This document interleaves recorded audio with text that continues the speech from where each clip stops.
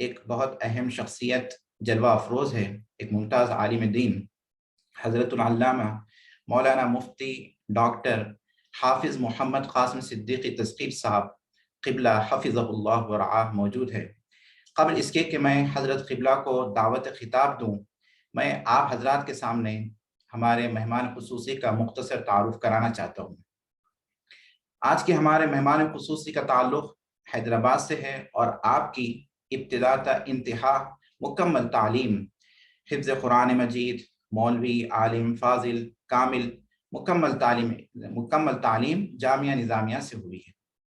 آپ جامعہ نظامیہ کے ایک بہت ہی ہونہار طالب علم رہے، پھر آپ کی فراغت کے بعد آپ جامعہ نظامیہ کے استاذ مقرر ہوئے۔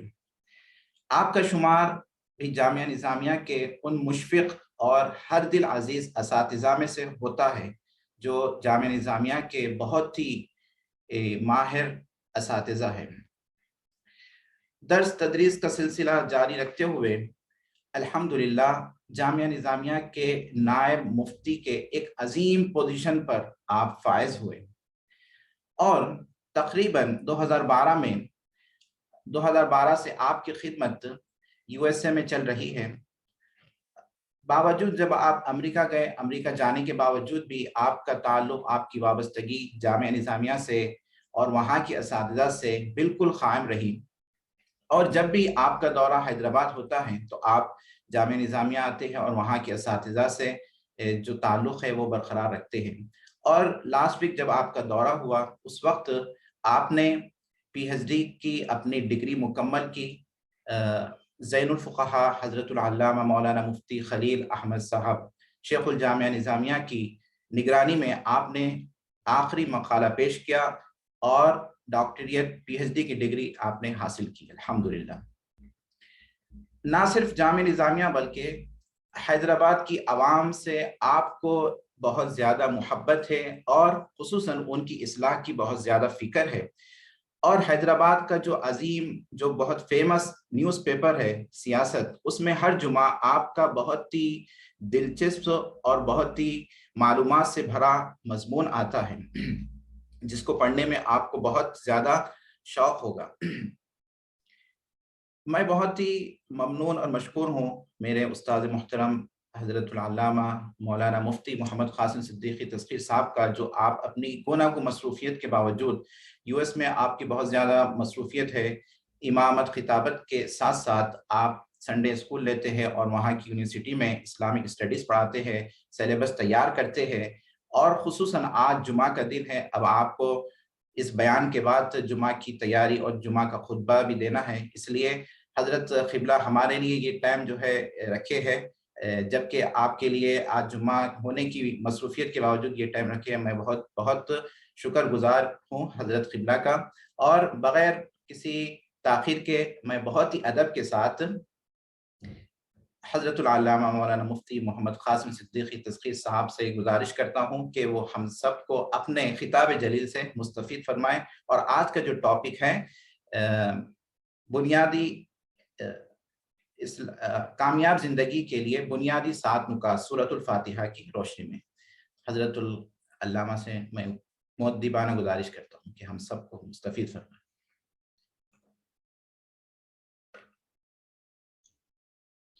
جی السلام علیکم ورحمۃ اللہ وبرکاتہ۔ وعلیکم السلام ورحمۃ اللہ۔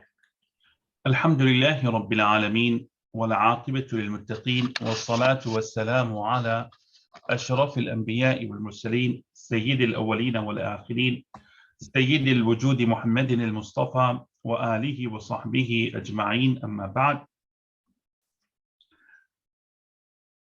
فأعوذ بالله من الشيطان الرجيم، بسم الله الرحمن الرحيم، إن الله وملائكته يصلون على النبي يا أيها الذين آمنوا صلوا عليه وسلموا تسليما، اللهم صل على سيدنا محمد وعلى آله وصحبه أفضل صلواتك وعدد معلوماتك وبارك وسلم۔ میری بڑی خوش نصیبی ہے کہ آج ہم یہ آن لائن پروگرام کر رہے ہیں، اور میں مبارکباد پیش کرتا ہوں مولانا حسن خان صاحب کو، اور شکریہ ادا کرتا ہوں کہ ان کی دلچسپی کا اور یہ پروگرام آرگنائز کرنے کا، اور ان کی بڑی خواہش تھی، ایک عرصے سے ہم گفتگو کر رہے تھے کہ یہ پروگرام کسی طریقے سے ہم طے کر سکیں، اور کچھ مصروفیات کی وجہ سے یہ پروگرام آگے پیچھے ہو رہا تھا۔ اللہ کے فضل و کرم سے آج جو ہے اس کا وقت آیا اور ہم آج یہ پروگرام کر رہے ہیں۔ اور میں مختصر زیادہ وقت آپ کا نہیں لوں گا، اور آج کا جو موضوع ہمارا ہے وہ ہے کہ 7 بنیادی نکات، کامیاب زندگی کے 7 بنیادی نکات جو ہم سورہ فاتحہ کی روشنی میں تلاش کریں گے۔ چونکہ سورہ فاتحہ کی 7 آیات ہیں، اور 7 آیات سے ہم 7 بنیادی نکات حاصل کریں گے، اور اس سے ہم یہ کوشش کریں گے کہ ہم اپنی شخصی زندگیوں میں ان 7 نکات کو کس طریقے سے اپلائی کریں گے تاکہ ہماری زندگی کامیاب ہو سکے، اور اس کا جو فائدہ ہے سورہ فاتحہ کا، اس سے ہم جو ہے استفادہ کر سکیں۔ تو یہ ایک بڑا وسیع ٹاپک ہے، بڑا وسیع مضمون ہے، اور مختصر وقت میں ہم اس کو کور نہیں کر سکتے، لیکن بنیادی خاکہ ہم آپ کی خدمت میں پیش کریں گے، سرسری اس کا جائزہ لیں گے، امید کے جو ہے اس سے ہم استفادہ کرنے کی کوشش کر پائیں گے۔ اور پھر چونکہ یہ رجب کا بھی مہینہ ہے، اور اس رجب میں رجب کی 27 تاریخ کو نبی کریم صلی اللہ علیہ وسلم کو اللہ سبحانہ و تعالیٰ نے ایک عظیم معجزے سے سرفراز فرمایا، وہ معراج کا معجزہ ہے۔ اور وہ معراج کا معجزہ یہ اس معنی میں کہ نبی کریم صلی اللہ علیہ وسلم اس دنیا میں رہتے ہوئے عرش پر لامکان پر پہنچے، اور جو ہے خدا کے دیدار سے سرفراز ہوئے، اور اللہ سبحانہ و تعالیٰ نے آپ پر قرآن کی چند آیتوں کو نازل فرمایا، پھر آپ واپس ہوئے۔ یہ ایک معراج، ایک جو ہے معجزہ ہے، اللہ سبحانہ و تعالیٰ کی نعمت ہے۔ اب اس میں جو ہے بڑی گفتگو ہوئی ہے کہ یہ جسمانی معراج تھی یا یہ روحانی معراج تھی، یہ معراج جو ہے یہ زمینی تھی یا آسمانی معراج تھی، یا اس معراج میں اللہ کا دیدار ہوا یا نہیں ہوا۔ تو ان مباحث میں آج میں جانا نہیں چاہتا، لیکن ایک بات میں عرض کر کے میں جو اپنے موضوع پر آؤں گا جو نہایت اہم ہے، وہ ہے کہ نبی کریم صلی اللہ علیہ وسلم مسجد حرام سے بیت المقدس تشریف لے گئے، اور وہاں پر آپ نے امامت فرمائی، اور وہاں پر تمام انبیاء کی آپ نے بیت المقدس میں امامت فرمائی۔ تو وہاں آپ نے تمام انبیاء کی امامت فرمائی، تو اس سے کیا پتہ چلتا ہے، اور قرآن میں بھی اس کا ذکر موجود ہے، قرآن میں آسمانی جو سفر ہے اس کا بھی ذکر ہے، لیکن زیادہ صراحت کے ساتھ جو ذکر آیا ہے وہ زمینی سفر کا ذکر ہے، جو بالکل واضح ہے، مکہ المکرمہ سے بیت المقدس کے سفر کا ذکر موجود ہے۔ اور یہ خاص طور پر اس کا ذکر کیوں ہے؟ اس لیے ہے کہ جو چیز ہم مسلمانوں کو سمجھنے کی ہے وہ یہ ہے کہ مسجد حرام تو خانہ کعبہ پہلا گھر ہے، دوسرا گھر بیت المقدس ہے، اور پورے انبیاء سرکار سے پہلے جتنے آئے تھے وہ بیت المقدس میں رہے، اور وہیں پر انہوں نے جو ہے نمازیں ادا کی۔ حضرت ابراہیم کو دیکھیں، حضرت اسحاق کو دیکھیں، اس کے بعد حضرت یعقوب کو دیکھیں، حضرت یوسف ہوں وہیں پر رہے، وہاں سے پھر وہ مصر گئے، پھر اس کے بعد آپ دیکھیں جتنے حضرت موسیٰ ہوں، حضرت ہارون ہوں، حضرت سلیمان ہوں، حضرت داؤد ہوں، یہ سب کا تعلق جو ہے وہیں سے رہا ہے۔ تو اب نبی کریم صلی اللہ علیہ وسلم وہاں جا کر آپ نے امامت فرمائی ہے تمام انبیاء کی۔ تو اس کا مطلب یہ ہے کہ پوری دنیا کی جو لیڈرشپ ہے وہ پوری لیڈرشپ نبی کریم صلی اللہ علیہ وسلم کو حاصل ہو گئی ہے، یعنی مسجد حرام سے بیت المقدس تک۔ اب یہ کوئی اس کے اندر گروپ بندی نہیں ہے کہ یہودیت عیسائیت الگ اسلام الگ، نہیں، صرف ایک لیڈرشپ ہے، اور وہ ہے نبی کریم صلی اللہ علیہ وسلم کی۔ تو یہ اس بات کا اعلان تھا کہ معراج اس بات کا اعلان ہے کہ یہ اسلام ساری کائنات کے لیے واحد مذہب ہے۔ اب پوری دنیا کو نبی کریم صلی اللہ علیہ وسلم ہی کو فالو کرنا ہے، آپ ہی کو اتباع کرنا ہے، اور آپ ہی ساری کائنات کے لیڈر ہیں، ساری کائنات کے امام ہیں، ساری کائنات کے پیشوا ہیں۔ تو یہ جو ہے بڑا اہم پیغام معراج ہمیں دیتا ہے، اور اسے ہمیں سمجھنے کی ضرورت ہے کہ لیڈرشپ منتقل ہوئی ہے معراج کی شکل میں۔ تو عزیزان گرامی، یہ ایک اہم چیز ہے، اور ہمیں اس پر جو ہے غور کرنے کی ضرورت ہے۔ اور یہ جو قرآن ہے، اور یہ قرآن ہمیں بتاتا ہے کہ مسلمانوں کو سمجھنا چاہیے کہ اپنا جو ہورائزن ہے اس کو وسیع کرے. اور آج ہم جو سورہ فاتحہ کی تفسیر پڑھنے کی کوشش کریں گے، ہم اس میں یہی سمجھنے کی کوشش کریں گے کہ ہمارا جو ہورائزن ہے، ہمارا جو آفاق ہے، وہ اس میں وسعت نظر، اس میں وسعت ہے، وہ بالکل محدود نہیں ہے. اسلام ایک جو ہے مخصوص مقام کے ساتھ نہیں ہے. جس طرح معراج میں پوری کائنات سرکار کے تابع ہو گئی ہے، اسی طرح دین اسلام آفاقی ہے. ہم محدود نہیں ہیں ایک مقام میں. اب آپ دیکھیے کہ سورہ فاتحہ ہم پڑھتے ہیں، سورہ فاتحہ کی ابتدا کیسے ہوتی ہے. ہم تھوڑا سا اس کے اوپر توجہ کریں گے اور اس کا ترجمہ کریں گے، پھر اس کو ہم سمجھنے کی کوشش کریں گے. تو اس بسم اللہ الرحمن الرحیم الحمدللہ رب العالمین، اللہ کے نام سے ہم شروع کرتے ہیں جو رحمان ہے، رحیم ہے. اب میں دو چار لفظ اس پر کہتا ہوں کہ یہ بسم اللہ الرحمن الرحیم ہے کیا چیز. یہ بسم اللہ الرحمن الرحیم قرآنی آیت کا ایک حصہ ہے، مستقل آیت ہے، یہ مستقل آیت نہیں ہے. یہ ایک جو ہے بڑی بحث ہے علماء کے درمیان، ائمہ کے درمیان. لیکن ائمہ یہ کہتے ہیں کہ یہ مستقل آیت نہیں ہے، یہ ایک آیت کا حصہ ہے. اور یہ جو سورتوں سے پہلے آتی ہے، سورتوں کے درمیان فصل لانے کے لیے، دو سورتوں کے درمیان تفریق کرنے کے لیے یہ آیت کو لایا جاتا ہے. اور یہ بسم اللہ الرحمن الرحیم ہے کیا چیز. اب ہم دیکھتے ہیں کہ دیکھیے کہ جتنے حنفی لوگ ہوتے ہیں، جب ہم سورہ فاتحہ پڑھتے ہیں تو اس کا آغاز الحمدللہ رب العالمین سے کرتے ہیں. اور جو عرب حضرات ہوتے ہیں، جب وہ جہری نماز میں ہوتے ہیں تو بسم اللہ کے ساتھ وہ سورہ فاتحہ پڑھتے ہیں. اس لیے کہ بعض ائمہ کے پاس جو ہے بسم اللہ الرحمن الرحیم سورہ فاتحہ کی آیت ہے، اور حنفیہ کے پاس یہ جو ہے سورہ فاتحہ کی آیت نہیں ہے، یہ ایک جو ہے مستقل آیت ہے. اور یہ سورہ فاتحہ کی آیت نہیں ہے. سورہ فاتحہ ہمارے پاس صرف اس کا آغاز 7 آیتیں ہیں جس کی ابتدا الحمدللہ رب العالمین سے ہوتی ہے.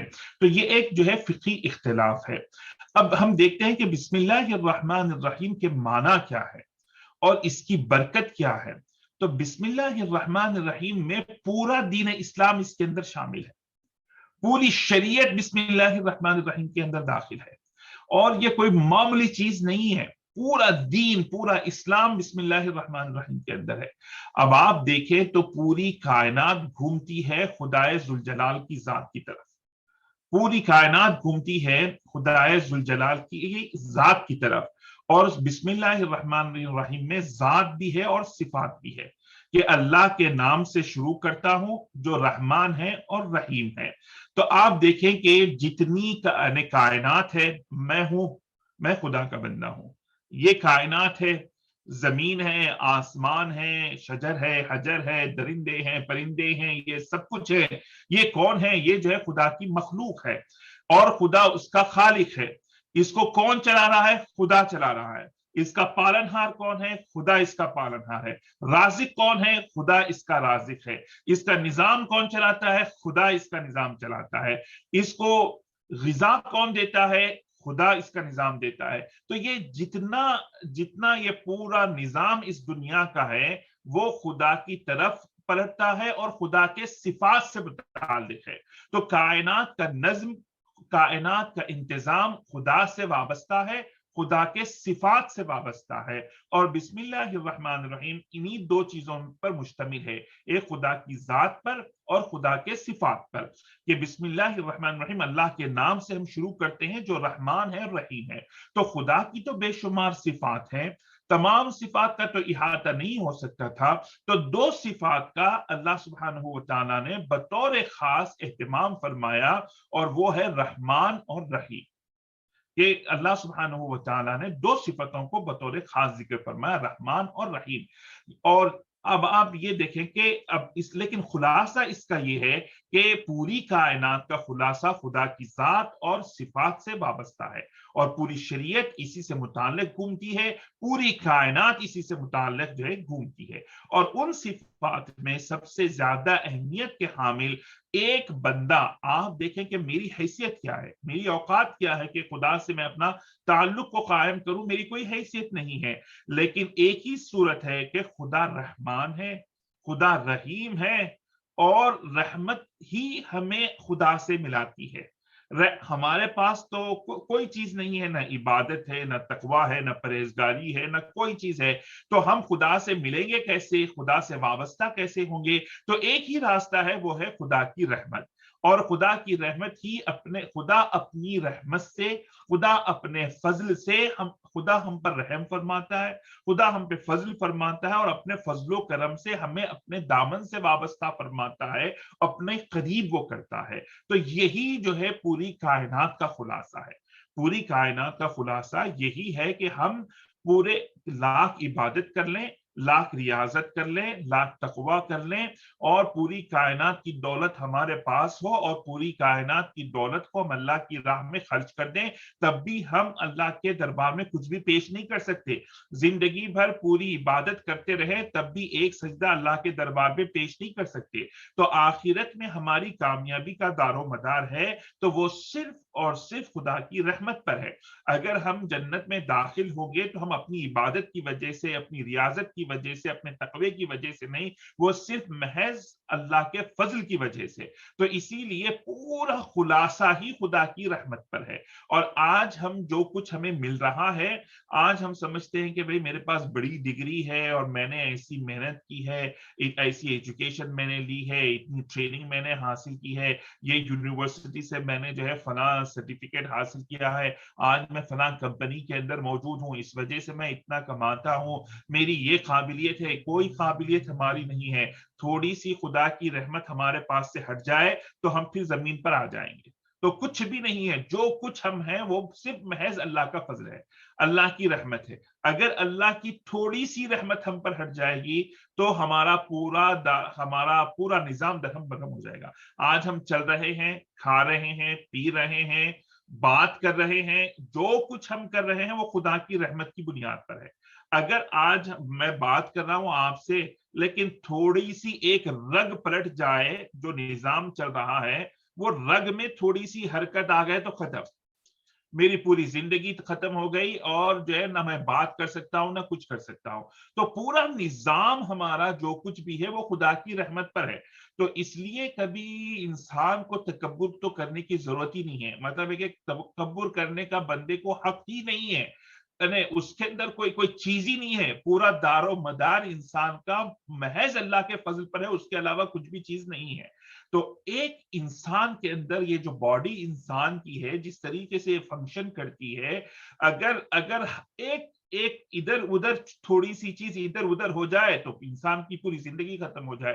اور یہ پورا نظام جس طریقے سے چل رہا ہے وہ صرف محض اللہ کے فضل سے چل رہا ہے۔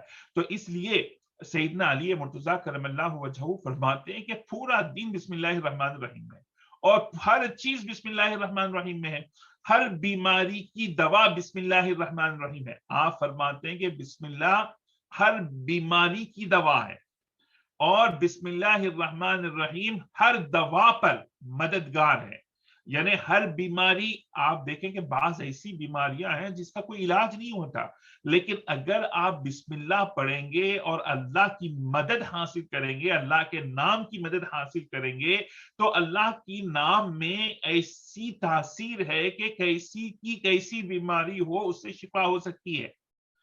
اور بسا اوقات آپ کے پاس اتنے بڑے ڈاکٹرز ہوتے ہیں، ایسی بڑی بڑی دوا ہیں آپ کے پاس ہوتی ہیں، لیکن وہ دوا کام نہیں کرتی۔ لیکن جب اللہ کا نام آپ لیتے ہیں تو وہ اللہ کے نام کی برکت سے وہ دوائیں کام کرتی ہیں۔ تو دنیا کی بڑی بڑی بیماریاں ہوں، جہاں دوائیں کام نہیں کرتی ہیں اللہ کا نام کام کر جاتا ہے۔ جہاں بڑی بڑی دوائیں موجود ہوتی ہیں اور کوئی کام نہیں ہوتا، وہاں اللہ کے نام کی برکت سے دوائیں کام کرنے لگتی ہیں۔ اور اس کے بعد آپ فرماتے ہیں کہ الرحمن کیا ہے؟ الرحمن اللہ کی رحمت ان لوگوں کے لیے ہے جو ایمان لے کر آتے ہیں، جو اہل ایمان ہیں ان کے لیے رحمان ہے۔ رحمان خدا کا وہ نام ہے جو اللہ نے اپنی ذات کے لیے رکھا ہے۔ کوئی دنیا میں یہ صفت کسی کو اللہ نے عطا نہیں کی ہے، کسی کو عطا نہیں کی ہے۔ اللہ یہ نام کسی کا نہیں ہو سکتا، رحمان کسی کا نہیں ہو سکتا، اللہ اور رحمان کسی کا نہیں ہو سکتا۔ تو یہ اہل ایمان جتنے ہیں، ایمان والے جتنے ہیں، اللہ سبحانہ و تعالی ان کے اوپر ان کے لیے رحمان ہے۔ رحمان میں اب میں آپ کو پھر تھوڑی سی اس کی مزید تشریح کرتا ہوں. الرحیم ہے، ایک ہے رحمان، ایک ہے رحیم. رحیم سیدنا علی مرتضیٰ کرم اللہ وجہہ فرماتے ہیں رحمان ان لوگوں کے لیے ہے جو اللہ پر ایمان لائے، اور رحیم ان لوگوں کے لیے ہے جو اللہ پہ ایمان لائے، نیک عمل کیے اور توبہ کیے اور نیک اعمال کیے. تو دو باتیں ہیں، ایک رحمان ان لوگوں کے لیے جو اللہ پر ایمان لائے، اور رحیم ان لوگوں کے لیے ہے جو توبہ کیے اور نیک اعمال کیے. تو یہ تھوڑا سا آپ کو فرق سمجھنا ہے. وہ یہ ہے کہ رحمان میں 5 حروف ہیں، رحیم میں 4 حرف ہیں. رحمان میں 5 حروف ہیں، رحیم میں 4 حرف ہیں. عربی زبان کا قاعدہ ہے کہ جب الفاظ میں زیادتی ہوتی ہے تو معنی میں بھی زیادتی ہوتی ہے. تو جب رحمان میں 5 حروف ہیں تو یعنی رحمان میں 5 حروف ہیں تو معنی میں بھی زیادتی ہوگی. رحیم میں 4 حروف ہیں تو رحیم کے مقابل میں رحمان میں معنی میں زیادتی ہوگی. تو رحمان اور رحیم میں فرق کیا ہے؟ تو رحمان اور رحیم میں فرق یہ ہے کہ رحمان اللہ رحم فرمانے والا ہے سارے مومنین کے لیے. وہ مومن خواہ وہ نیک ہو یا وہ بد ہو، خواہ وہ نیکوکار ہو یا وہ گنہگار ہو، سب پر اللہ کی رحمت عام ہے، سب پر اللہ کی رحمت ہے، وہ سب پر رحم کرنے والا ہے. اور رحیم کا مطلب ہے کہ اللہ کی خاص رحمتیں ان بندوں پر ہوتی ہیں جو توبہ کرتے ہیں، استغفار کرتے ہیں، اپنے آپ کی ریکٹیفائی کرتے ہیں اور نیک عمل کرتے ہیں، ان پر اللہ کی خاص عنایتیں ہوتی ہیں.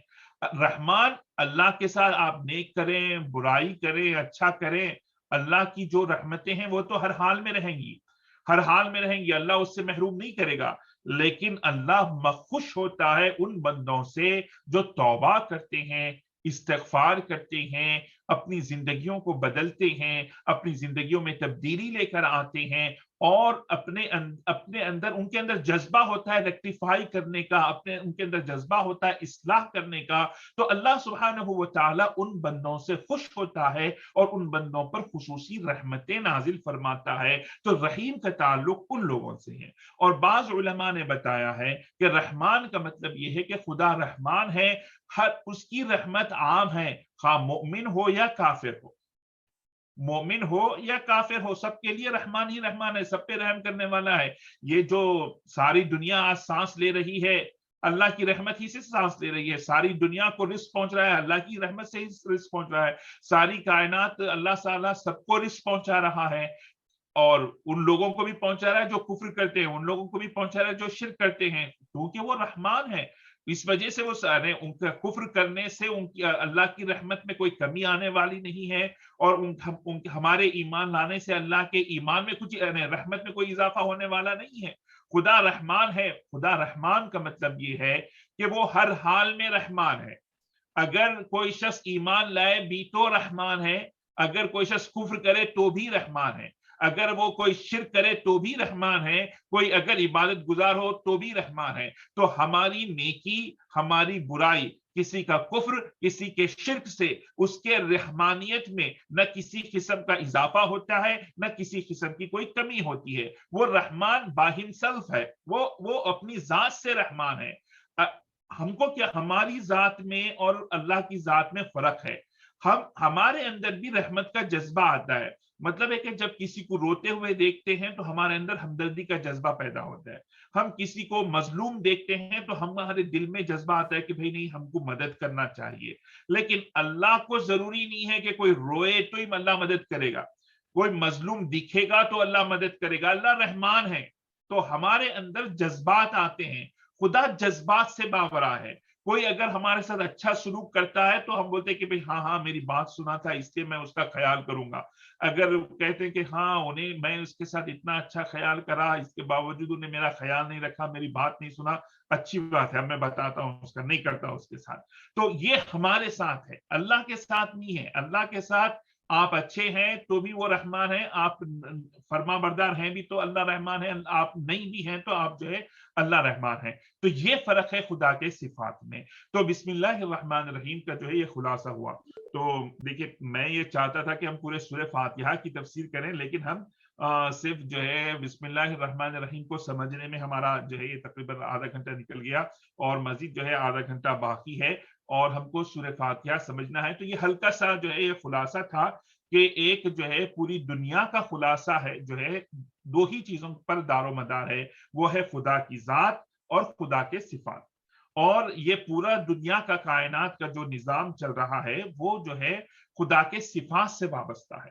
ایک ایک صفت کا جلوہ اس دنیا میں ہم دیکھتے ہیں اور کہیں پر مالکیت کا جذبہ ہے, کہیں خالقیت کا جذبہ ہے, کہیں رازقیت کا جذبہ ہے, کہیں حکیمیت کا جذبہ ہے, کہیں قادریت کا جذبہ ہے, کہیں جو ہے علیمیت کا جذبہ ہے, کہیں بصارت کا جذبہ ہے, کہیں سماعت کا جذبہ ہے. یہ پوری دنیا میں ہمیں صرف جو ہے خدا کے صفات کے جلوے نظر آتے ہیں. تو یہ چیز جو ہے ہمیں غور کرنی ہے. اب سورہ فاتحہ میں جو 7 نکات پر ہمیں غور کرنا ہے وہ کیا ہے, میں آپ کو مختصر عرض کر دیتا ہوں اور تاکہ ہم اسی پر غور کرتے چلے جائیں. اب سورہ فاتحہ کی ابتدا ہوتی ہے الحمدللہ رب العالمین. تمام تعریف اللہ کے لیے ہے جو سارے جہانوں کا رب ہے. تمام تعریف اللہ کے لیے ہے جو سارے جہانوں کا رب ہے. الرحمن الرحیم جو نہایت مہربان ہے, خوب رحم کرنے والا ہے. نہایت مہربان ہے, خوب رحم کرنے والا ہے. مالک ہے, خوب رحم کرنے والا ہے. مالک یوم الدین, یوم جزا کا مالک ہے, آخرت کے دن کا مالک ہے. ایاک نعبد و ایاک نستعین, تیری ہی عبادت کرتے ہیں, تجھ سے ہی مدد مانگتے ہیں. اہدنا الصراط المستقیم, ہمیں سیدھا راستہ چلا, ہمیں سیدھا راستہ چلا. صراط الذین انعمت علیہم, ان لوگوں کا راستہ چلا جن پر تیرا انعام ہوا, ان لوگوں کا راستہ نہیں جن پر تیرا غضب ہوا, اور ان لوگوں کا راستہ نہیں جو بھٹک گئے ہیں. یہ جو ہے سورہ فاتحہ کا خلاصہ ہے. سورہ فاتحہ 7 آیات پر مشتمل ہے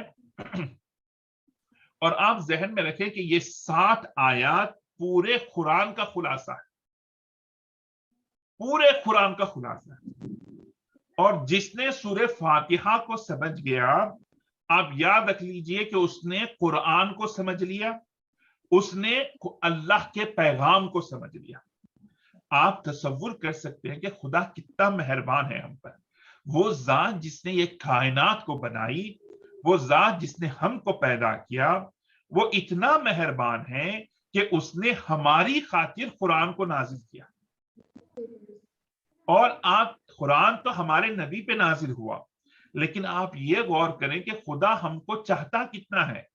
اتنا چاہتا ہے کہ انہیں ہم پر قرآن کو نازل کر کے بتا دیا. ہمارے لیے قرآن نازل ہوا, نبی پر نازل ہوا قرآن, لیکن نازل کس کے لیے ہوا؟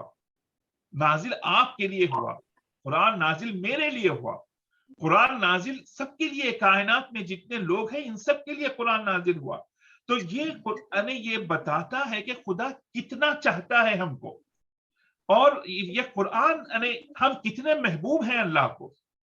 اور یہ بتاتا ہے کہ اللہ ہم سے کتنا, اللہ کی ایکسپیکٹیشن ہم سے کیا ہے. اے بندے تو کیا کر رہا ہے, میں کس لیے تجھ کو پیدا کیا, اور میں نے تیرے لیے قرآن کو نازل کیا, اور میں بتانا چاہتا ہوں کہ تو کیا ہے, تو سمجھ اپنے آپ کو, اور تو کر کیا رہا ہے, تو کہاں اپنی زندگی کو وہ کر رہا ہے. تو سمجھ اپنے آپ کو کہ تو چیز کیا ہے, تیری طاقت کیا ہے, تیری قوت کیا ہے, تیری پرواز کیا ہے, تیری اہمیت کیا ہے, تیری بلندی کیا ہے, تو ہے کیا. سمجھ اپنے آپ کو, کہاں تو اپنے آپ کو جو ہے تباہ کر رہا ہے.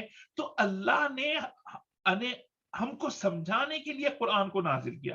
اور آپ یقین جانیں کہ جس نے سورہ فاتحہ کو سمجھ گیا, اس نے اپنی فلسفہ تخلیق کو وہ سمجھ گیا, اس نے ہر چیز کو سمجھ لیا, اور وہ ہر چیز کو کامیاب طریقے سے, اگر وہ اپنی پرسنل زندگی کو اچھا کرنا چاہتا ہے, سورہ فاتحہ پہ غور کر لے, وہ اپنی پرسنل زندگی کو اچھا کر سکتا ہے.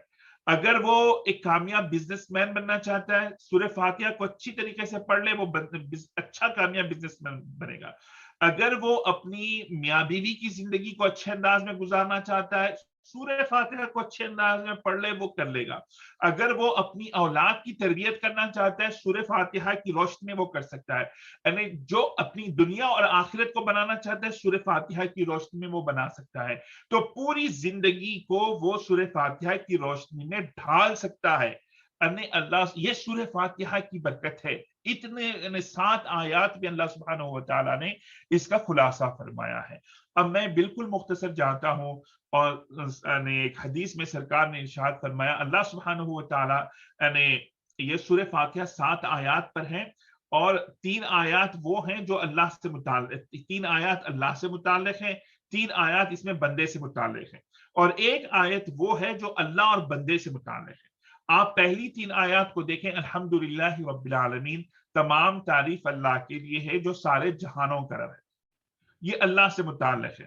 پھر دوسری صفت ہے الرحمن الرحیم، جو رحمان ہے رحیم ہے، جو خوب مہربان ہے، نہایت رحم کرنے والا ہے۔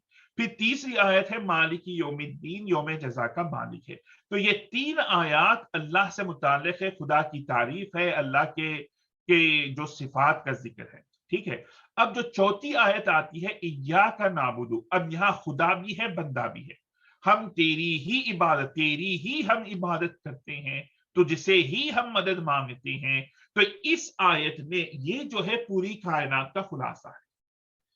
یہ جو چوتھی آیت ہے، 7 آیتیں ہیں سورہ فاتحہ کی، 7 آیتوں میں یہ جو چوتھی آیت ہے وہ خلاصہ ہے خدا اور بندے کا تعلق، خدا اور بندے کا تعلق۔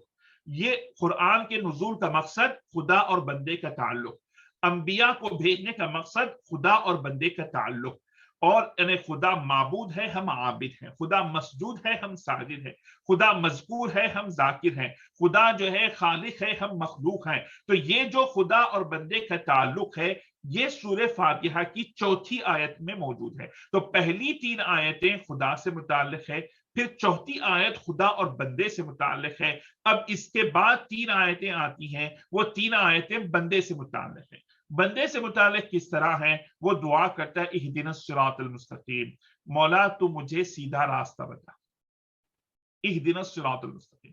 اب یہاں پر آپ دیکھیں کہ پورا ٹوٹل جو ہے سبمیشن ہے۔ اسلام کا مطلب کیا ہے؟ اسلام کا مطلب ہے سرنڈر کرنا، اسلام کا مطلب ہے سبمٹ کرنا، مطلب اسلام کا مطلب ہے کہ ہم اپنی عقل سے کچھ بھی نہیں کر سکتے، خدا کو نہ سمجھ سکتے نہ خدا کو پہچان سکتے، بڑے بڑے باتیں کرتے ہیں لوگ، خدا کے بارے میں کچھ بھی نہیں کر سکتے، تو انسان جو ہے کچھ بھی نہیں کر سکتا جب تک کہ خدا کی توفیق نہ ہو، جب تک کہ ہدایت نہ ہو، جب تک کہ رہنمائی نہ ہو۔ تو اس لیے بندہ جو ہے پوری اپنے آپ کو سرنڈر کرتا ہے اللہ کے پاس، اہدنا الصراط المستقیم، مولا میں تیرا پکا بندہ بننا چاہتا ہوں، لیکن میرے اندر تو کچھ چیز ہے نہیں، میرے اندر اتنی قوت نہیں ہے، جب تک کہ تیرا فضل نہ ہو، جب تک کہ تیری ہدایت نہ ہو، جب تک کہ تو مجھے سیدھے راستے پہ نہ ڈالے، جب تک کہ تو مجھے سیدھے راستے پہ نہ رکھے، جب تک کہ تو مجھے سیدھا راستہ نہ بتائے، میں سیدھے راستے پہ آ نہیں سکتا۔ میں تیری ہدایت کا محتاج ہوں، میں تیری رہنمائی کا محتاج ہوں، تو مجھے ہدایت فرما۔ اور ایک بات آپ یاد رکھیں کہ سورہ فاتحہ ہم ہر نماز میں پڑھتے ہیں، ہر نماز کی ہر رکعت میں پڑھتے ہیں۔ کیوں سورہ فاتحہ ہر نماز میں پڑھی جاتی ہے؟ کیوں سورہ فاتحہ ہر نماز کی ہر رکعت میں پڑھی جاتی ہے؟ کیوں اس کو بار بار دہرایا جاتا ہے؟ کیوں اس کو بار بار پڑھا جاتا ہے؟ اسی لیے پڑھا جاتا ہے کہ ہم ہر زندگی کی ہر موڑ پر خدا کے محتاج ہیں، خدا کی رہنمائی کے محتاج ہیں، اور ہم دعا کرتے ہیں مولا اہدنا الصراط المستقیم، سیدھا راستہ بتا، سیدھا راستہ بتا۔ خدا کے محتاج ہیں ہم، خدا کی رہنمائی کے بغیر کچھ نہیں کر سکتے، اور اگر خدا کی رہنمائی ہمارے ساتھ نہ ہو تو کچھ کام نہیں کر سکتے۔ یاد رکھ لیں آپ، چھوٹا کام نہیں کر سکتے، گھر کا چھوٹا فیصلہ نہیں کر سکتے ہم، اپنی زندگی کا معمولی فیصلہ نہیں کر سکتے ہم، جب تک کہ خدا کی رہنمائی نہ ہو۔ تو زندگی کے چھوٹے سے چھوٹے مسئلے میں اگر ہمیں فیصلہ بھی کرنا ہو تو خدا کی رہنمائی کے بغیر نہیں کر سکتے۔ اسی لیے ہم اپنے آپ کو خدا کے حوالے کرتے ہیں، اور 5 وقت کی نمازوں میں اور ہر نماز کی ہر رکعت میں ہم سورہ فاتحہ پڑھتے ہیں اور یہی دعا کرتے ہیں اہدنا الصراط المستقیم، مولا تیری ہدایت کے ہم محتاج ہیں، تیری ہدایت کے ہم محتاج ہیں کہ تو ہدایت فرما، تو رہنمائی فرما۔ تو یہ معنی ہے کہ تیری ہدایت ہوگی، رہنمائی ہوگی تو ساری چیزیں سب صحیح ہوگی۔ اب اس کے بعد آپ دیکھیں پھر صراط الذین انعمت علیہم، آپ دنیا میں بے شمار راستے ہیں، دنیا میں بے شمار راستے ہیں، کس راستے پہ آپ چلیں گے؟ کس کو آپ صحیح کہیں گے؟ کس کو آپ حق کہیں گے؟ صراط الذین انعمت علیہم، ان لوگوں کا راستہ چلا جن پر تیرا انعام ہوا، ان لوگوں کے راستے سے ہمیں محفوظ فرما جس سے تو ناراض ہے، اور جو لوگ گمراہ ہو چکے ہیں۔ گمراہ ہو چکے ہیں کا مطلب کیا ہے؟ ناراض کا مطلب یہ ہے کہ بعض وہ لوگ ہوتے ہیں جو یہ سمجھتے ہیں کہ ہم صحیح کر رہے ہیں۔ آپ یاد رکھیں کہ یہ ایک بہت بڑی چیز ہے۔ ایک چیز ہے کفار و مشرکین، وہ لوگ ہیں جو خدا کا انکار کر دیتے ہیں، خدا کا انکار کر دیتے ہیں، تو یہ لسٹ میں نہیں ہے۔ جو خدا کا انکار کر دیتے ہیں، خدا کو مانتے نہیں ہیں، وہ لسٹ میں نہیں ہے۔ اب آپ دیکھیں یہودیوں کو، یہودی خدا پہ ایمان رکھتے ہیں لیکن خدا کے احکام کو مانتے نہیں ہیں، اور یہ سمجھتے ہیں کہ ہم خدا کے دین کے وارث ہیں، اور جو ہے ہم خدا کے محبوب بندے ہیں، ہم ہی جو ہے جنت کے وارث ہیں۔ تو یہ جو نظریہ آیا ہے، تو اب ہم دعا کرتے ہیں کہ مولا جو لوگ تجھ پہ ایمان لاتے ہیں اور اپنا حق جتاتے ہیں لیکن تیرا ان پر غضب ہوا ہے، ان سے نجات فرما۔ جو لوگ کافر و مشرکین ہیں وہ تو لسٹ میں نہیں ہے، جو گمراہ ہیں وہ تو لسٹ میں نہیں ہے۔ ایک تو وہ جو تجھ پر ایمان رکھتے ہیں لیکن ایمان، بعض لوگ ہوتے ہیں بڑے، وہ کہتے ہیں کہ دیکھیے ماں باپ کے فرما بردار ہوتے ہیں، اور یہ کہتے ہیں کہ میں ماں باپ، ہم ماں باپ کے لیے یہ کرے یہ کرے یہ کرے یہ کرے، ہم ماں باپ کے لیے ایسا کرنا چاہتے ہیں ایسا لیکن وہ ماں باپ کو تکلیف دیتے ہیں، ماں باپ کو تکلیف دیتے ہیں، اور کہتے ہیں کہ نہیں بھائی ہم نے یہ کیا یہ کیا یہ کیا۔ تو دیکھیے تکلیف یعنی خدمت وہ ہوتی ہے جو ماں باپ کے منشے کے مطابق ہوتی ہے، جس میں ان کی خوشی ہوتی ہے۔ تو بعض چیز وہ نہیں ہے کہ جس میں آپ تکلیف دے رہے ہیں، ان کی ناراضگی لے رہے ہیں، اور اس کے بعد بول رہے ہیں کہ میں تو ایسا کرا پھر تم ناراض کیوں ہو رہے ہیں۔ میں یہ تو خدمت وہ ہے جو ان کے منشے کے مطابق ہو، جس سے ان کی خوشی حاصل ہو۔ تو اللہ کی عبادت بھی اللہ کے راستے پہ آپ چلیں جس سے اللہ کو خوشی ہو، یہ نہیں کہ اللہ کا غضب آپ کے اوپر ہو۔ تو یہ جو ہے یہ ہونا چاہیے آدمی میں۔ تو ہم ایسے راستے سے پناہ مانگتے ہیں جن پر اللہ کا غضب ہوا۔ آپ سمجھ رہے ہیں میں جو بات عرض کرنا چاہتا ہوں وہ یہ ہے کہ آدمی اپنے آپ کو نیک بتاتا ہے، بڑے بعض معاملات میں ہم یہ کہتے ہیں کہ دین کے لیے ہم آگے بڑھ رہے ہیں بول کر بڑھتے ہیں، دین کے جذبے کے ساتھ آگے بڑھتے ہیں، لیکن آپ کو پتا نہیں ہوتا کہ آپ کر کیا رہے ہیں، آپ کو احساس نہیں ہو رہا کہ آپ کر کیا رہے ہیں، آپ دین کے نام پہ اللہ کے غضب کو لے رہے ہیں یا کیا کر رہے ہیں، آپ کو پتا نہیں ہے۔ تو یہ آدمی کے اندر فہم ہونی چاہیے۔ تو شیطان آسانی کے ساتھ آپ کو بھٹکا دیتا ہے کہ آپ دین کے نام پہ کام کر رہے ہیں لیکن دین کا کام کر رہے ہیں یا دین کا کام نہیں کر رہے ہیں آپ۔ تو ان لوگوں کے راستے سے بچا جن پر تیرا غضب ہوا ہے۔ اور بعض لوگ وہ ہوتے ہیں جو گمراہ ہو جاتے ہیں۔ گمراہ کا مطلب یہ ہے کہ نیت اچھی ہوتی ہے لیکن راستہ صحیح نہیں ملتا ہوں، نیت صحیح ہوتی ہے راستہ بھٹک جاتے ہیں، جیسے عیسائی ہے، نیت صحیح ہے لیکن جو ہے راستے سے بھٹک گئے۔ تو یہ مراد ہوتا ہے اس کا۔ تو ہم یہ دعا کرتے ہیں اللہ سے کہ اے اللہ ایسا راستہ بتا، نیت صحیح ہے لیکن کام صحیح نہیں کر رہے آپ، ان لوگوں کے راستے سے بھی محفوظ فرما۔ نیت بھی صحیح ہے، کام بھی کر رہے ہیں لیکن اللہ کا غضب آ جا رہا ہے، ان سے بھی ہمیں محفوظ فرما۔ تو سیدھا راستہ بتا جس پر تیری رضا ہو، جس پہ تیری خوشنودی ہمیں حاصل ہوتی ہو۔ تو یہ جو ہے بالکل اس کا خلاصہ تھا۔ اب میں آپ کو اب 7 نکات کی طرف آتا ہوں۔ یہ تھوڑا سا ہم نے سورہ فاتحہ کا خلاصہ سمجھا، اب ہم 7 نکات کی طرف آتے ہیں جو ہمیں پیش نظر رکھنا ہے۔ اور آپ اب 1 گھنٹے کے اندر تو آپ ساری چیزیں سمجھ نہیں سکتے، لیکن آپ پیش نظر رکھیں تو آپ غور کرتے جائیں، اس کے بعد غور کرنے کے بعد جو ہے آپ کی زندگی میں خود آپ اس پہ غور کرتے جائیں گے تو آپ تک کھلتے جائے گی اور باتیں جو ہے آپ کو سمجھ میں آتی جائیں گی۔ تو سب سے پہلی چیز ہے الحمد۔ حمد کا مطلب کیا ہے؟ اللہ کی تمام تعریف اللہ کے لیے ہے۔ تو عزیزان گرامی آپ یاد رکھیں، یعنی قرآن کا آغاز حمد سے ہوتا ہے، قرآن کا آغاز حمد سے ہوتا ہے، یعنی پوری کائنات کا خلاصہ حمد ہے۔ اب حمد کے معنی کیا ہے؟ ایک تو تعریف ہے اور دوسرا ہے شکر گزاری، ایک ہے شکر گزاری۔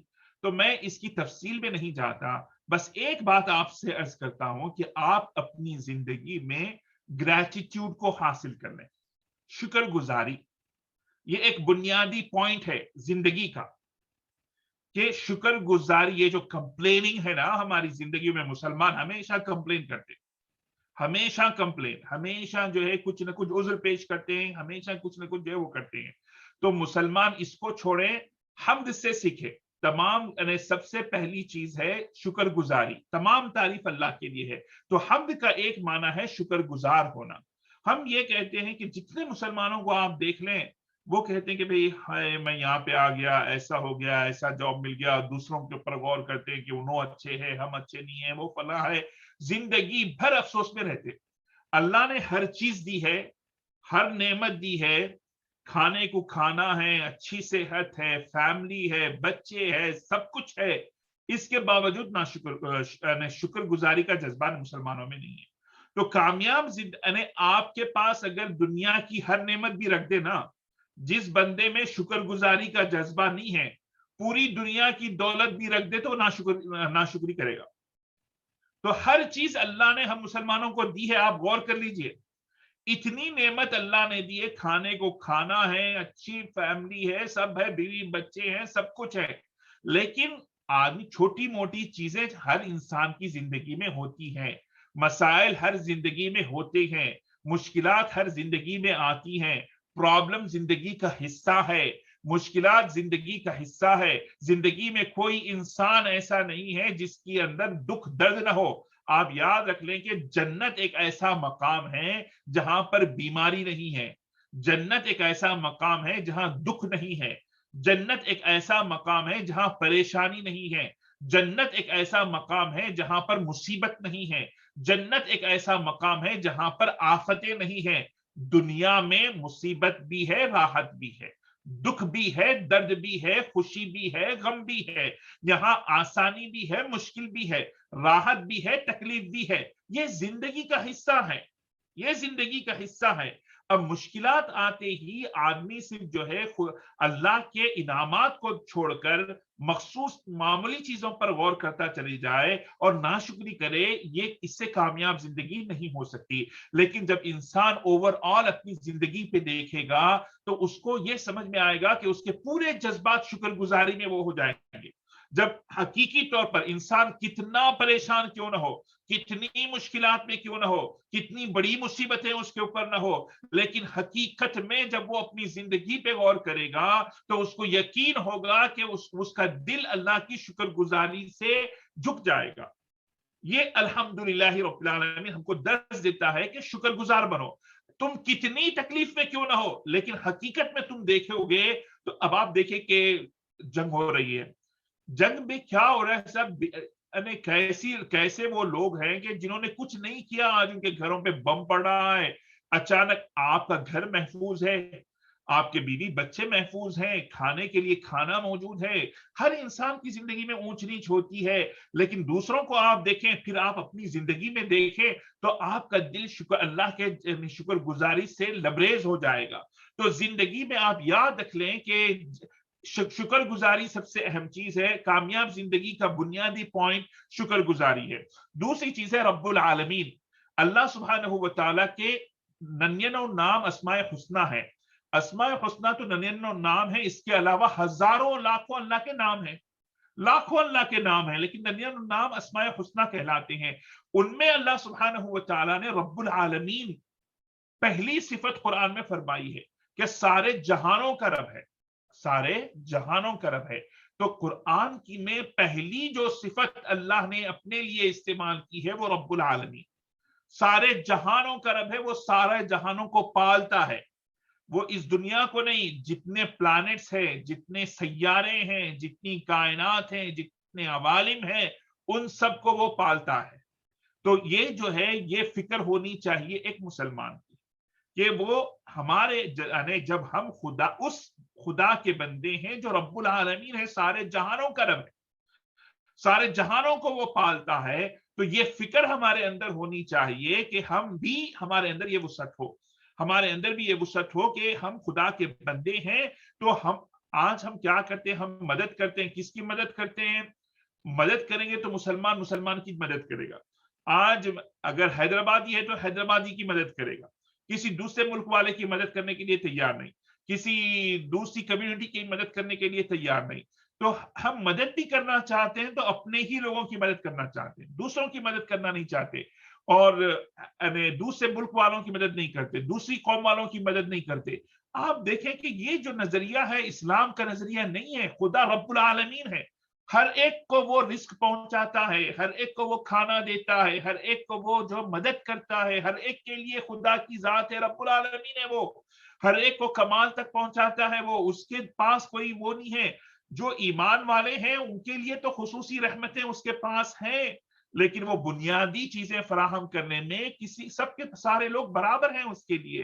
تو ہماری جو فکر ہے وہ وسیع ہونی چاہیے, ہماری فکر میں وسعت آنی چاہیے کہ ہم سب کے لیے مدد کریں, مسلمانوں کے لیے بھی مدد کریں گے, غیر مسلمین کے لیے بھی مدد کریں گے, اپنی کمیونٹی کے لیے بھی کریں گے, غیر کمیونٹی کے لیے بھی مدد کریں گے, ہم اپنے دشمنوں کے لیے بھی کریں گے, اپنے دوستوں کے لیے بھی کریں گے, اپنے ان لوگوں کے لیے بھی کریں گے جو ہمارے ساتھ اچھے ہیں, ان لوگوں کے لیے بھی کریں گے جو ہمارے ساتھ برے ہیں, سب کے لیے کریں گے. تو یہ جو ہے رب العالمین ہمارے کی صفت ہمارے اندر ہونی چاہیے. اور دوسری بات یہ ذہن میں آپ رکھیں کہ یہ جو سب سے اہم چیز ہے کہ آج ہم کیا کرتے ہیں سب, کہ ایک ہم مسلمان کسی ایک کی مدد کر دیے, کسی کو سپورٹ کر دیے, کسی یتیم کی مدد کر دیے, اتنے خوش ہو جاتے ہیں ہم کہ بھئی دیکھو ہم ان کی مدد کر دیے, 4 لوگوں کو بتانا شروع کر دیتے ہیں کہ ہم نے ان کی مدد کی ہے. ایک فیملی کی مدد کر دیے تو ہم اس کو بتاتے ہیں کہ بھئی اپنے آپ کو بڑا سمجھتے ہیں کہ ہم نے جو ہے فلاں کی سپورٹ کی ہے.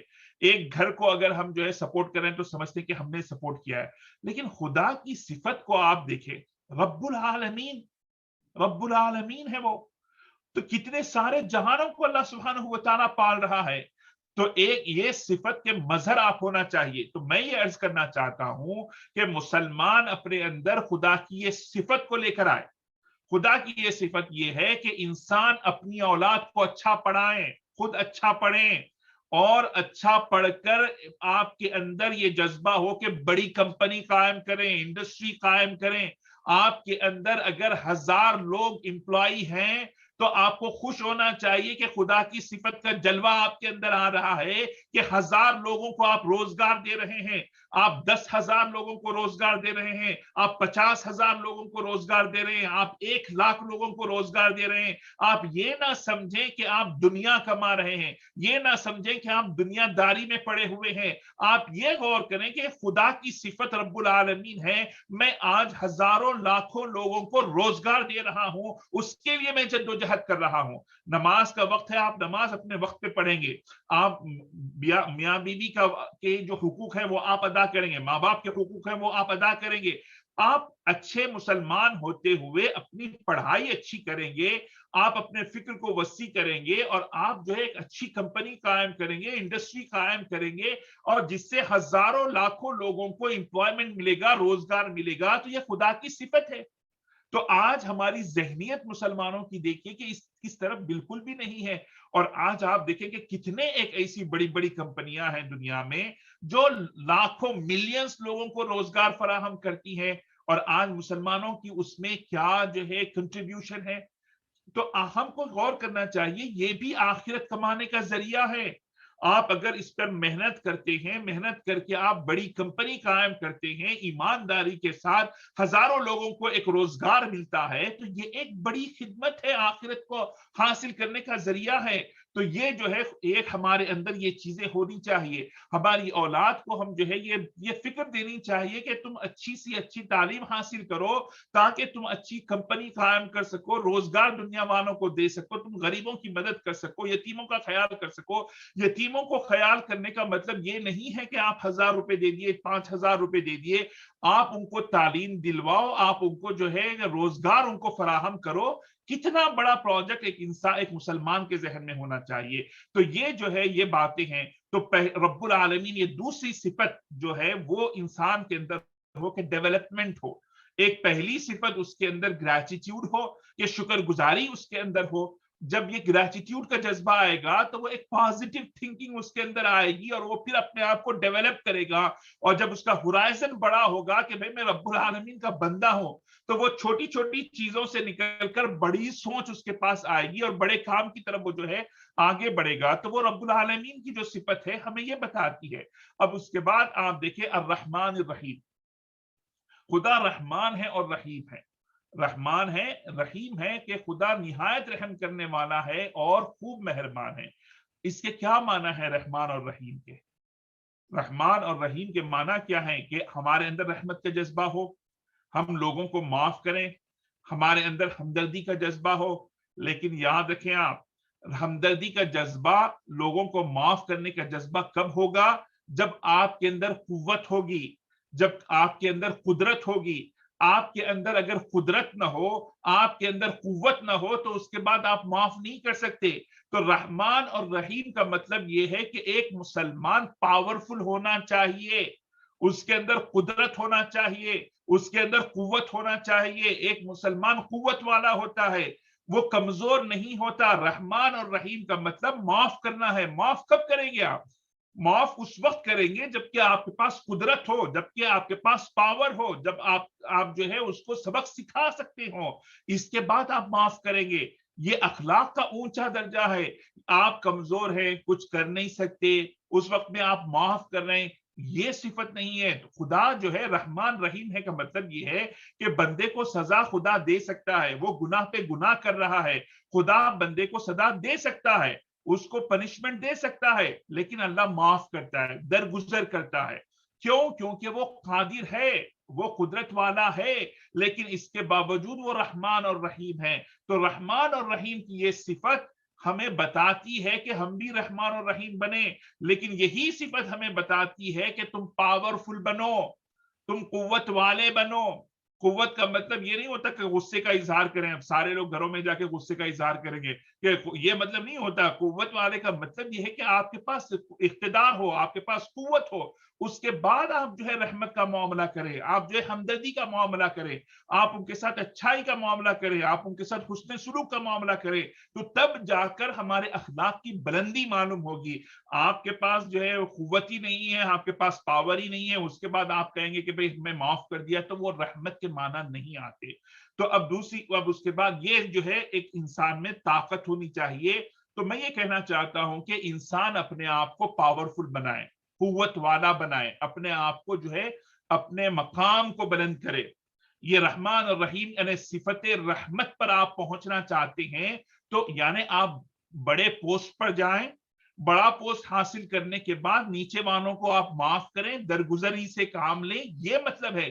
یہ نہیں کہ جو ہے آپ کمزور ہیں اور اس کے بعد بڑے لوگ آپ پہ ظلم کر رہے ہیں تو آپ اس کو معاف کریں، یہ اس کا جو ہے مطلب نہیں ہے۔ اب اس کے بعد آپ جو ہے آتے ہیں مالک یوم الدین، یوم جزا کا مالک ہے۔ یوم جزا کا مالک کا دیکھیے تھوڑی سی ایک بات آپ ہمیشہ ذہن میں رکھیں، اور یہ ماں باپ سے بھی میں کہتا ہوں کہ جب وہ اپنی اولاد کی تربیت کریں گے تو کس طریقے سے انہیں تربیت کرنی چاہیے۔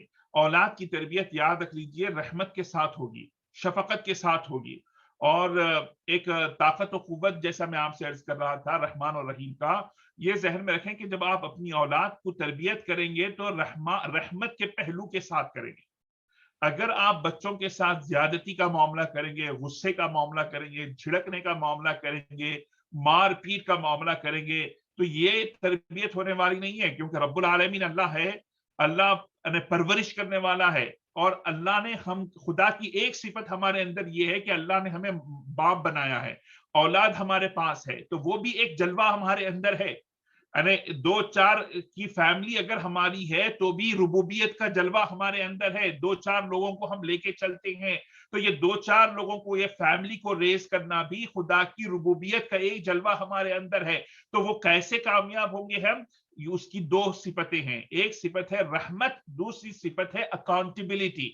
یہ مالکی یوم الدین، تو یہ دو صفتیں ہمارے لیے بہت ضروری ہیں کہ رحمت کا پہلو ہونا چاہیے ہمارے اندر، درگزر کرنے کا پہلو ہونا چاہیے، لیکن اس کے ساتھ ساتھ جیسا کہ میں بتایا کہ قوت ہونی چاہیے، آپ کو پتا ہونا چاہیے کہ اولاد کی تربیت کس نہج پہ ہونا چاہیے، کس طریقے پہ ہونا چاہیے، اور بچے کو کس ٹریک پر آپ کو ڈالنا ہے، یعنی اس کی عمر کے کس موڑ پر کہاں مشکلات آتی ہیں، اور ان مشکلات کے آنے سے پہلے آپ کو اس کی ذہن سازی کرنا ہے تاکہ وہ اس کے ٹریک میں نہ پڑے۔ یہ عقل مندی ہے کہ وہ کن کن مراحل سے وہ گزرے گا، کن کن مراحل میں اس کے لیے مشکلات آئیں گی، وہ مشکلات آنے سے پہلے آپ اس کو اتنا تیار کر دیں کہ وہ ان مشکلات کو آسانی کے ساتھ حل کر سکے۔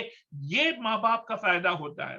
یہ مطلب نہیں ہوتا کہ بس بچے پہ ناراض ہو رہے ہیں, بچے کے عیوب کو دیکھ رہے ہیں اور اسی کے اوپر جو ہے عیوب کو بتاتے جا رہے ہیں اور اپنا بڑاپن ظاہر کرتے جا رہے ہیں. اس طریقے سے تربیت نہیں ہوتی.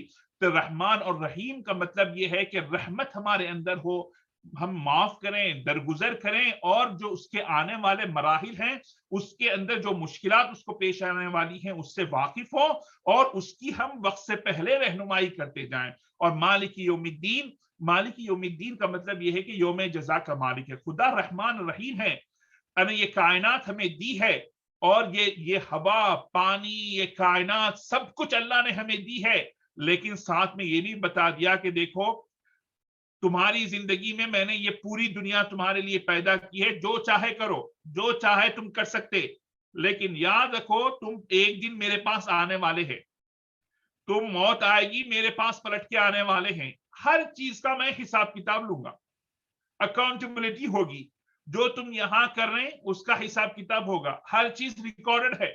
کل کے دن جو تم یہاں پر کر رہے ہیں وہ کل کے دن میں تمہارا ویڈیو تمہارے سامنے بتاؤں گا, جو کرے تم وہ سارا تمہارے سامنے ریکارڈنگ سامنے تمہارے آ جائے گی. اسی لیے اکاؤنٹیبلٹی ذہن میں رکھو, احساس ذمہ داری رکھو, کہ جواب دہی کے تصور کو پیش نظر رکھو. تو اپنی اولاد کی تربیت ہمیں کرنا ہے تو جواب دہی کا تصور ہو, اکاؤنٹیبلٹی ہمارے اندر پیش نظر ہو. یہ بچوں کو یہ احساس دلائیں کہ تم ذمہ دار ہو, تم ریسپانسبل ہو, جو تم کرتے ہو, جو تم کہتے ہو, تم اس کے ذمہ دار ہو, اللہ کو تمہیں اس کا جواب دینا ہے. تو یہ جواب دہی کا تصور جو ہے مسلمانوں کو پیدا کرنا ہے, اور اپنی اولاد کے اندر بھی جو ہے ہمیں پیدا کرنا ہے. اب اس کے بعد جو ہے جو پہلی چیز تھی شکر گزاری, دوسری چیز تھی ڈیولپمنٹ, کہ اپنے آپ کو جو ہے ربوبیت, آدمی جو ہے اپنے آپ کو اس کے ہورائزن کو بلند کرے, رحمت اپنے آپ کو پاورفل بنائے. چوتھی چیز اس کے اندر تھی اکاؤنٹیبلٹی کا جذبہ اپنے اندر پیدا کرے. پانچویں چیز ہے وہ سب سے اہم چیز ہے, وہ ہے پرپس آف لائف. آپ کی زندگی کا مقصد کیا ہے؟ ہر انسان پریشان ہے, ہر ایک کے پاس کھانا ہے, پینا ہے, نوکری ہے, بیوی ہے, بچے ہے. زندگی کا مقصد کیا ہے؟ زندگی کا مقصد صرف انٹرٹینمنٹ ہے, زندگی کا مقصد صرف انجوائمنٹ ہے. زندگی کا مقصد کیا ہے؟ پرپس آف لائف کیا ہے؟ مقصد زندگی کیا ہے؟ مقصد زندگی ہے ایاک نعبد و ایاک نستعین, تیری ہی عبادت کرتے ہیں, تجھ سے ہی مدد مانگتے ہیں. تو یہ جو ہے مقصد زندگی ہمارا ہے کہ ہم اللہ کی عبادت کے لیے پیدا ہوئے ہیں. تو اسی کو جتنا آپ ڈیولپ کریں گے, جتنا عبادتوں میں اضافہ کریں گے, اتنا آپ کامیاب ہوں گے. اور اگر ہماری زندگی کا مقصد صرف انٹرٹینمنٹ ہے, ہماری زندگی کا مقصد صرف انجوائمنٹ ہے, ہماری زندگی کا مقصد صرف فخر و مباحات ہے, ہماری زندگی کا مقصد صرف چار دوستوں میں بیٹھ کے لوگوں کو جو ہے اپنے بارے میں بتانا ہے, یہ تو پھر ہمارے درمیان اور دوسروں کے درمیان فرق نہیں ہے. ہماری زندگی کا مقصد خدا کی عبادت, ہماری زندگی کا مطلب خدا سے اپنا تعلق, ہماری زندگی کا مطلب اللہ سے اپنا ربط. تو یہ جتنا آپ اس کو اسٹرانگ کریں گے, یہ مقصد ہے ہماری زندگی کا, ایاک نعبد و ایاک نستعین. یہ پانچویں چیز ہے کہ پرپس آف لائف, مقصد زندگی. اب اس کے بعد یہ پرپس آف لائف آپ کو حاصل کیسے ہوگا؟ وہ حاصل ہوگا عاجزی سے, دعا سے, اہدنا الصراط المستقیم, کہ جب ہم دعا کرتے رہیں گے کہ مولا ہمیں سیدھا راستہ بتا. تو یہ جو ہے انسان ہمیشہ دعا کرتے رہے گائیڈنس سے کہ اے اللہ تو ہمیں سیدھا راستہ بتا, سیدھے راستے پر چلا. تو یہ جو ہے انسان کے لیے ضروری ہے کہ صبح و شام ہم اللہ سے دعا کرتے رہیں, عاجزی ہمارے اندر ہو, اور ہم کبھی بھی کامیاب نہیں ہو سکتے جب تک کہ خدا کی رحمت ہمارے اوپر نہ ہو. تو دعا کو ہمیشہ گائیڈنس ہونا چاہیے. تو چھٹویں چیز ہے گائیڈنس ہمارے اندر ہونا چاہیے. اب اس کے بعد ہے صراط الذین انعمت علیہم, ان لوگوں کا راستہ چلا جن پر تیرا انعام ہوا, ان لوگوں کے راستے سے محفوظ فرما جن پر تیرا غضب ہوا اور جو گمراہ ہو گئے. تو آخری چیز ہے موٹیویشن, آدمی کو موٹیویشن ہونا. پورا قرآن آپ پڑھ لیں, پورے قرآن میں انبیاء کا ذکر آپ کو ملے گا, پورے قرآن میں آپ کو فرعون کا ذکر ملے گا, قرآن میں آپ کو ابو لہب کا ذکر ملے گا, قرآن میں آپ کو قارون کا ذکر ملے گا. قارون کی کیا ضرورت ہے قرآن میں؟ تو موٹیویشن آپ کو چاہیے, اچھے لوگوں کا ذکر بھی چاہیے, برے لوگوں کا ذکر بھی چاہیے. اچھے لوگوں کی اسٹوریز آپ پڑھیں گے تو ایک جذبہ آپ کے اندر پیدا ہوگا کہ ہم کو بھی اچھا بننا ہے. برے لوگوں کی زندگی پڑھیں گے تو آپ کو احساس ہوگا کہ بھئی ہے اگر ہم ان کے راستے پہ جائیں گے تو ہمارا برا حال ہوگا. تو یہ ایک موٹیویشن جو ہے ہمیشہ آپ کو ہونا چاہیے. تو اس لیے ہم اور اپنی اولاد کو ہمیشہ کامیاب لوگوں کی زندگی کے قصے سنائیں, اللہ والوں کی زندگی کے قصے سنائیں, اچھے جو خدا کے نیک بندے ہیں ان کی زندگیوں کو ہم پڑھیں, اور سرکار کی سیرت کو پڑھیں, اللہ کے نیک بندوں کی سیرت کو پڑھیں, اللہ کے نیک بندے جو ہیں ان کے طریقے کو ہم بھی پڑھیں, اپنی اولاد کو بھی پڑھائیں, اور جو لوگ گنہگار بندے ہیں ان کی زندگیوں کو بھی پڑھیں, اور ان کی زندگیوں کو پڑھ کے اپنے بچوں کو بھی بتائیں دیکھو یہ لوگ غلط راستے پہ گئے ان کا کیا حال ہوا, اور جو لوگ اچھے راستے پر گئے ان کا کیا حال ہوا. تو موٹیویشن بھی ہمیشہ ضروری ہے, گائیڈنس ضروری ہے, موٹیویشن ضروری ہے. تو یہ چند باتیں بنیادی سورہ فاتحہ سے متعلق تھی, آپ حضرات جو ہے اس کو پیش نظر رکھیں, اور میں اللہ تعالیٰ سے دعا کرتا ہوں کہ اللہ تعالیٰ ہم کو نیک توفیق عطا فرمائے اور اس کو عمل کرنے کی توفیق اللہ سبحانہ و تعالیٰ عطا فرمائے. جو کچھ سنا گیا پڑھا ہم نے سمجھنے کی کوشش کی ہے, اللہ تعالیٰ اس کی فہم میں عطا فرمائے اور عملی زندگی میں اس کو اپنانے کی توفیق عطا فرمائے. وصلی اللہ تعالیٰ علی خیر خلقہ سیدنا محمد وعلی آلہ وصحبہ وبارک وسلم اجمعین والحمد للہ رب العالمین.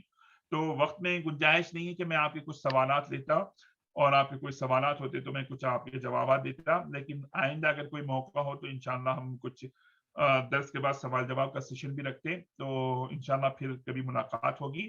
خدا حافظ, السلام علیکم و رحمۃ اللہ. صاحب آپ سے گزارش ہے ایک مختصر دعا کر دیجیے, بس وہ آپ کی دعا پہ پروگرام کا اختتام کر لیتے ہیں. جزاک اللہ. اللهم صل على سيدنا محمد وعلى آله وصحبه أفضل صلواتك وعدد معلوماتك وبارك وسلم. ربنا آتنا في الدنيا حسنة وفي الآخرة حسنة وقنا عذاب النار. ربنا ظلمنا أنفسنا وإن لم تغفر لنا وترحمنا لنكونن من الخاسرين. اللهم إنك عفو كريم تحب العفو فاعف عنا يا كريم. اللهم أعنا على ذكرك وشكرك وحسن عبادتك. يا مقلب القلوب ثبت قلوبنا على دينك وطاعتك. ربنا هب لنا من أزواجنا وذرياتنا قرة أعين واجعلنا للمتقين إماما برحمتك يا أرحم الراحمين. وصلى الله تعالى على خير خلقه سيدنا محمد وعلى آله وصحبه وبارك وسلم أجمعين والحمد لله رب العالمين. آمين آمين. جزاک اللہ خیر.